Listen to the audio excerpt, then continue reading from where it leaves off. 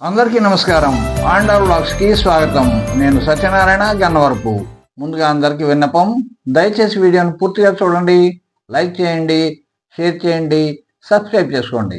ఈరోజు విషయం, స్వ పర అనేటువంటి భేదం కల వాళ్ళకి న్యాయబుద్ధి ఉండదు. పరిపూర్ణమైన భూతదయ ఉంటే పుత్రశోకం కూడా చాలా చిన్నదిగానే అనిపిస్తుంది. న్యాయపీఠంలో నావాళ్లనే బంధుప్రీతి పనికిరాదు. త్యాగమూర్తుల కథలు ఎన్నో ఉన్నాయి. భూతదయ అనేది ఉంటే సరే, కపటానికి చోటు ఉండదు. అప్పుడు ఎంతటి కష్టాన్నైనా భరించవచ్చు. వాళ్లకు దుఃఖమే ఉండదు. కపటం లేని సర్వభూతదయ ఆనాటి చక్రవర్తులు అందరికీ ఉండేది.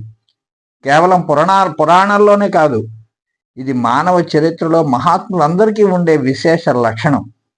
తప్పు చేస్తే తాము కానీ, తమ భార్యాపుత్రులు కానీ, సమీప బంధువులు, స్నేహితులు కానీ శిక్ష అనుభవించాల్సిందే అనేది అసలైన న్యాయబుద్ధి. తమిళనాడులో మనునీతి చోళుడు అనే ఒక రాజుగారు ఉండేవాడు.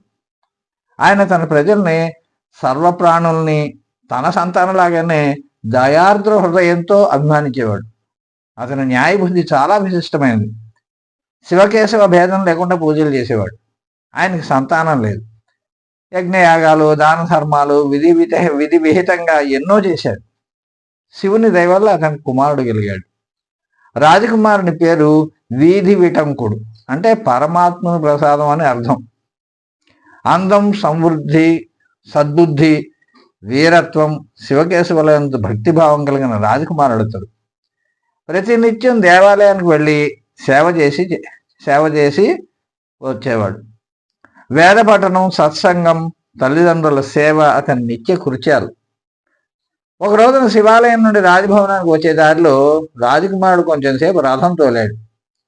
రథం మరీ వేగంగా వెళ్ళటం లేదు. ప్రజలందరికీ యువరాజును చూస్తే మహాత్ములను చూచినంత సంతోషంగా ఉండేది. అందుకని అందరూ బారులు తీరి కళ్ళు అర్పకుండా చూస్తూ ఉన్నారు. ఇంతలో ఒక అందమైన ఆవుదోడ చెంగును ఎగురుతూ వచ్చి రథం కింద పడింది. వెంటనే మరణించింది. నేను రథం తోలడం వల్లనే కదా దూడ చనిపోయింది. ఇప్పుడు ఆవు ఎంత బాధపడుతుందో పాపం. కర్మకాలి ఈరోజు నేను రథం తోలాలా, ఈ సంగతి తెలిస్తే మా అమ్మ ఎంత దుఃఖిస్తుందో అంటూ రాజకుమారుడు ఒకటే విచారించాడు. దూడ తెలియబడింది, నీ తప్పు లేదు అని చూసిన వాళ్ళంతా అంటూనే ఉన్నారు. రాజకుమారుడు మాత్రం చింతాక్రాంతుడై తన భవనానికి తిరిగి వచ్చేశాడు. పూర్వకాలంలో రాజభవనం బయట ఒక ధర్మగంట ఉండేది. పగలు రాత్రి అనక ఏ సమయంలోనైనా తనకు న్యాయం కలగాలంటే రాజు ఏ పరిస్థితిలో ఉన్నా ఆ గంట మ్రోగించేవారు.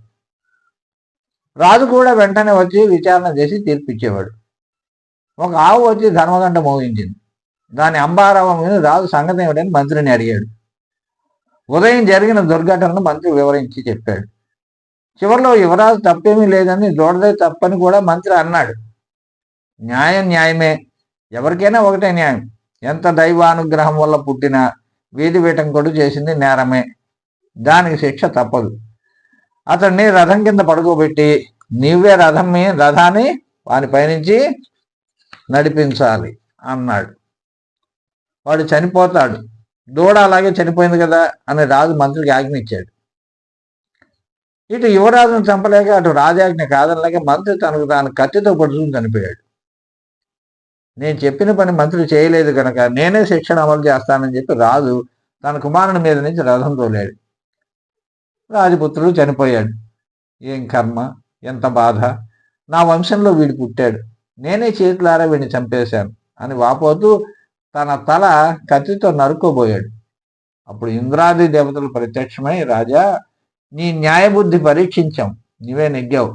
ఈ ఆవు కామధేనువు దూడ, మాయాకల్పితం అని చెప్పి రాజకుమారిని, మంత్రిని బతికించారు. దేవతలందరూ రాజును ఆశీర్వదించారు. కీలకమైన స్థానాల్లో ఉండే అధికారులు, కార్యకర్తలు నేరం చేసిన బంధువులకైనా శిక్ష విధించాల్సిందే. అక్కడ బంధుప్రీతి ఏమాత్రం చూపించకూడదు. శిక్ష నిర్ణయించేవాడే తప్పు చేస్తే న్యాయం ఎలా అమలు జరుగుతుంది? నేరానికి తగిన శిక్ష పడితే ఇతరులు తప్పు చేయటానికి సాహసించరు. మహాత్ములు, న్యాయమూర్తులు, చక్రవర్తులు పరంపరంగా న్యాయబుద్ధితో సక్రమంగా పరిపాలన చేసిన దేశం ఇది. మన రక్తంలో ఈ న్యాయబుద్ధి ఉంది. వారికి దేవతలు సైతం అండగా ఉన్నారు. భారత రామాయణాది ఇతిహాసాలు చూస్తే మనకు ఇలాంటి ఆదర్శ విషయాలు అనేకం తెలుస్తాయి. సద్గురు సేవ చేసిన నాటి చక్రవర్తులు గురూపదేశంతో రాజ్యపాలన చేశారు కనుక సద్గురు సేవ రాజుకు, ప్రజలకు, అందరికీ శ్రీరామ రక్ష. ఒక్క గురుభక్తి ఉంటే అదే అన్నిటినీ చక్కబరుస్తుంది. అది కామధేనువు కల్పవృక్షం లాంటిది. విన్నారుగా? అందరూ లైక్ చేయండి, షేర్ చేయండి, సబ్స్క్రైబ్ చేసుకోండి. స్వస్తి.